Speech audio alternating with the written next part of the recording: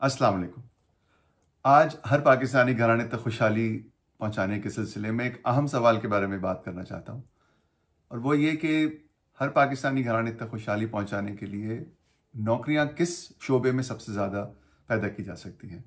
और इस सवाल का आम तौर पे आप जवाब भी सुनते हैं कि जब पाकिस्तान के ज़्यादातर अफराद क़ुव्वत में जो जितने पाकिस्तानी शामिल हैं, जब वो उसमें से बहुत बड़ा हिस्सा तकरीबन 36-37% ज़राअत से कमाते हैं, तो हम उस शोबे में ज़्यादा नौकरियां पैदा करने पे मेहनत क्यों नहीं करते।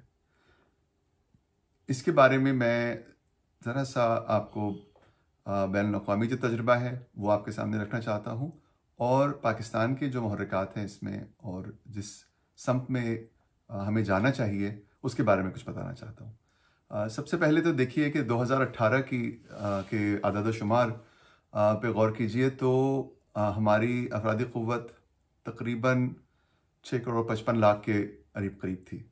उसमें से कोई 2 करोड़ 38 लाख पाकिस्तानी ज़राअत के शोबे से कमा रहे थे, जो कि एक तकरीबन 36% बनता है, और उसके मुकाबले में 15% इंडस्ट्री या मैन्युफैक्चरिंग से, और कोई 43% हमारी अफरादी क़ुव्वत खिदमात के शोबे से, सर्विसेज, मुख्तलिफ़ किस्म की सर्विसेज, ट्रांसपोर्ट, तिजारत, इन शोबों से, कंस्ट्रक्शन, बैंकिंग, इन शोबों से कमा रही थी।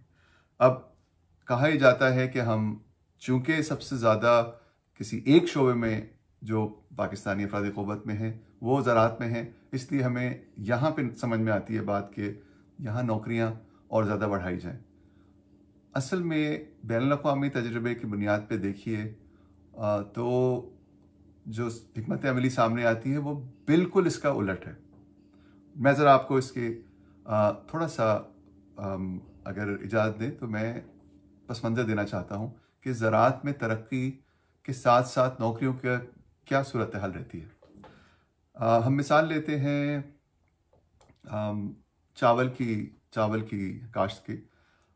जो चावल हम खाते हैं, दुकानों से ख़रीदते हैं और पका के खाते हैं, वो तो चावल हैं, लेकिन उस शक्ल में ये जिन्स खेत पे नहीं उगती।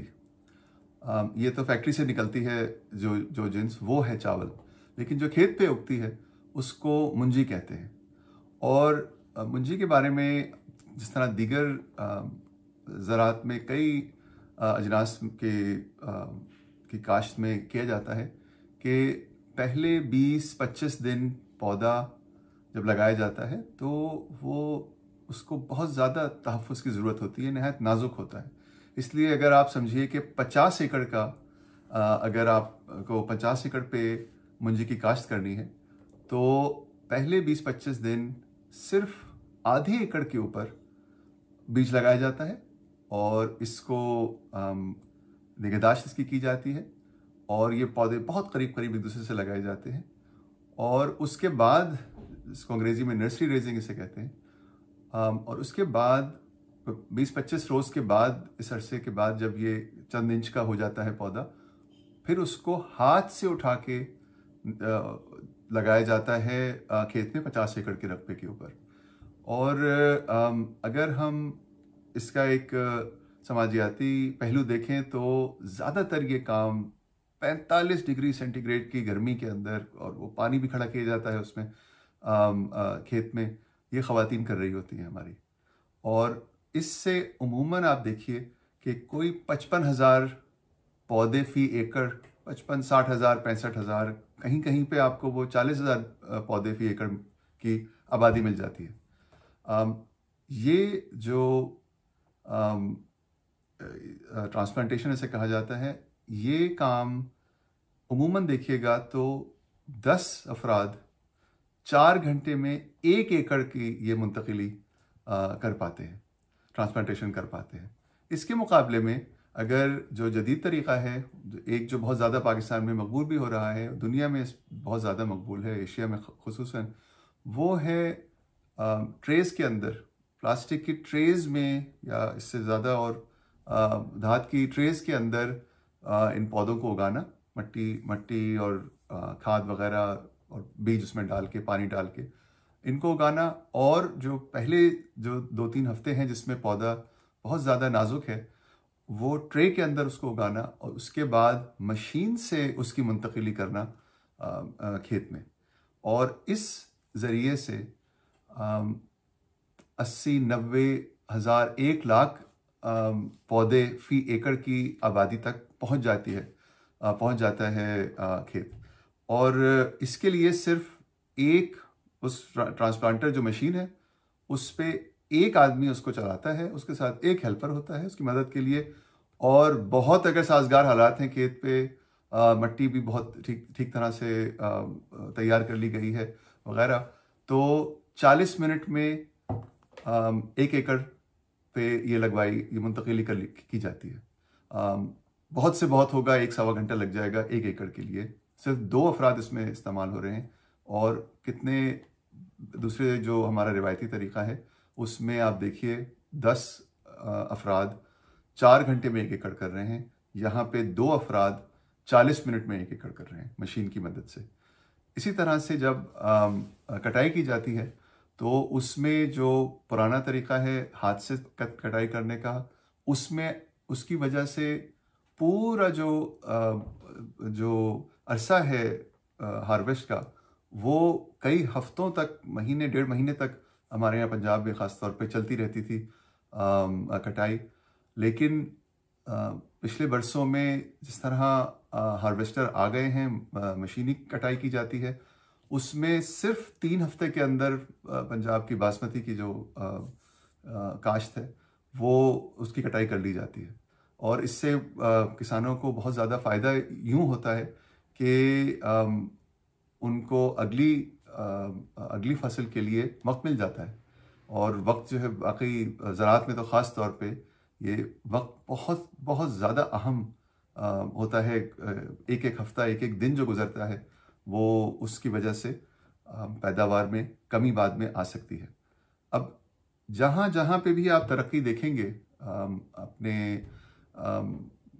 दीगर ममालिक में, जहाँ जहाँ पे ज़राअत में तरक्की देखेंगे, आपको ये नज़र आएगा कि ये जो मशीन से काश्त और कटाई है ये बढ़ती चली जाती है।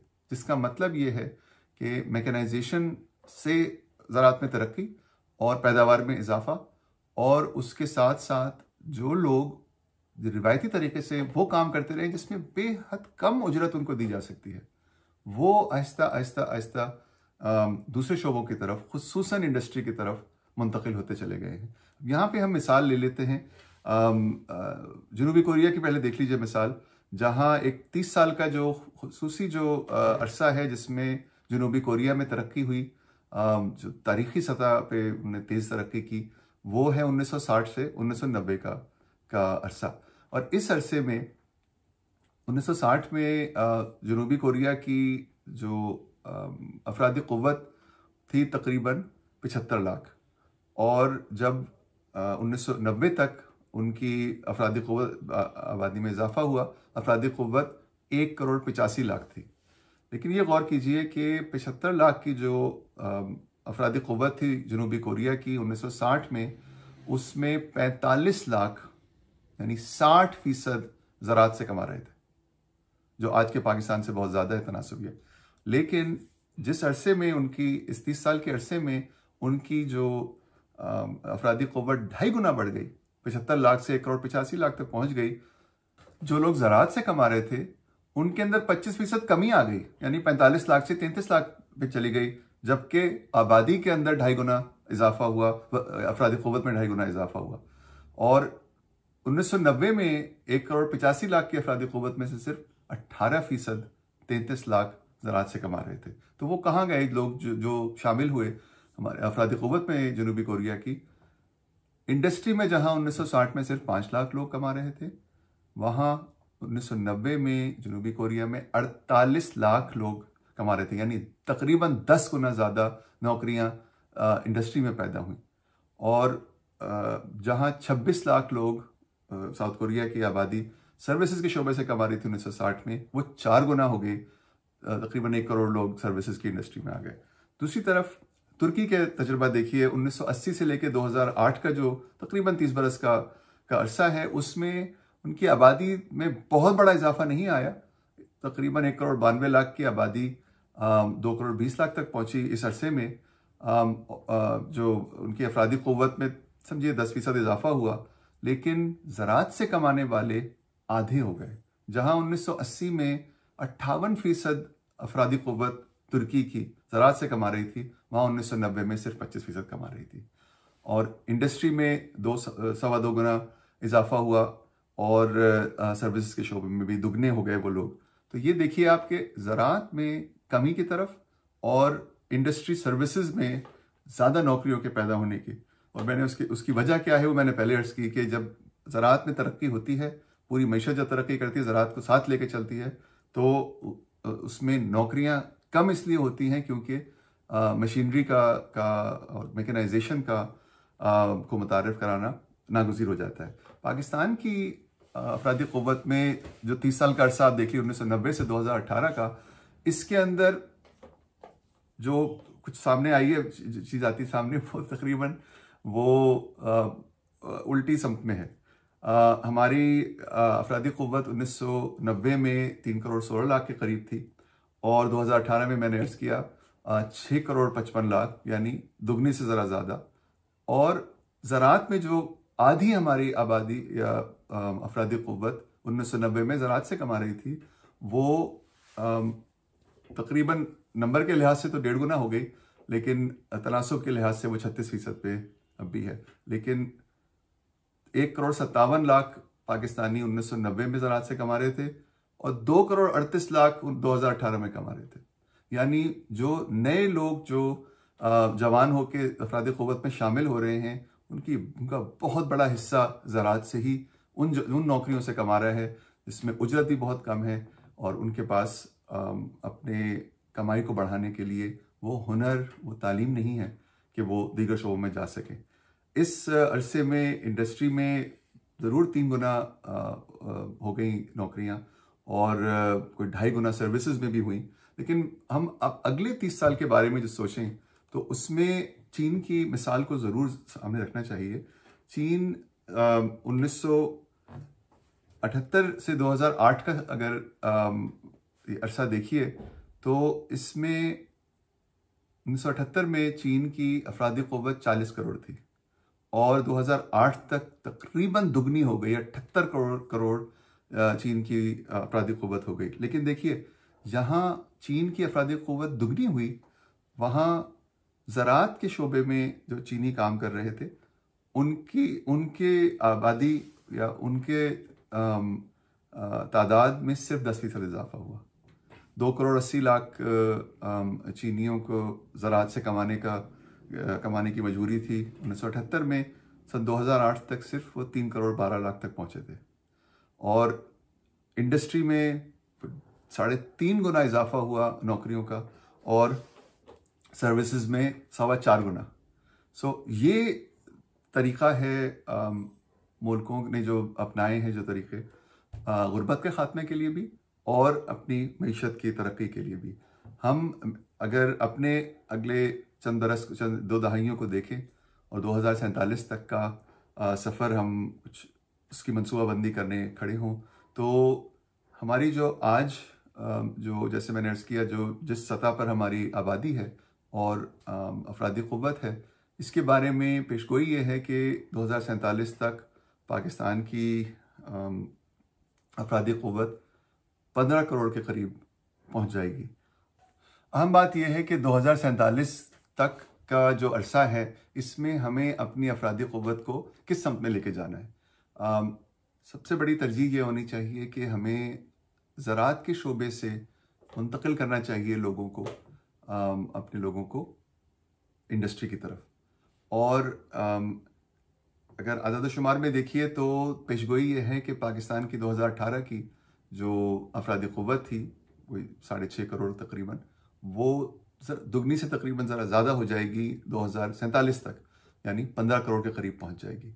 इसमें कोशिश हमारी ये होनी चाहिए कि 2030 तक किसी तरह से ये जो ज़राअत में हमारे लोगों की तादाद में इजाफा हो रहा है, इसको हम कमी की तरफ लेके जाएं, और कोशिश करें कि जो 2018 में जितने पाकिस्तानी ज़राअत से कमा रहे थे 2047 तक वो सिर्फ उसका 70% ही हो। और इंडस्ट्री में जहां 2018 में 1 करोड़ 30 लाख तकरीबन लोग कमा रहे थे इंडस्ट्री से, उनको हम 4 गुना तक या उससे ज़रा ज़्यादा ले जाएं और 45 लाख के करीब उनको होना चाहिए। ये मेरी तजवीज़ है कि हमें इस सम्त में जाना चाहिए। और सर्विस के शोबे में भी कोशिशें होनी चाहिए कि जो तकरीबन 3 करोड़ पाकिस्तानी कमा रहे थे सर्विस से, इजाफे के साथ उसमें इजाफा हो और वो 8 करोड़ के करीब जाए। ये बस बुनियादी किस्म की तजावीज़ हैं।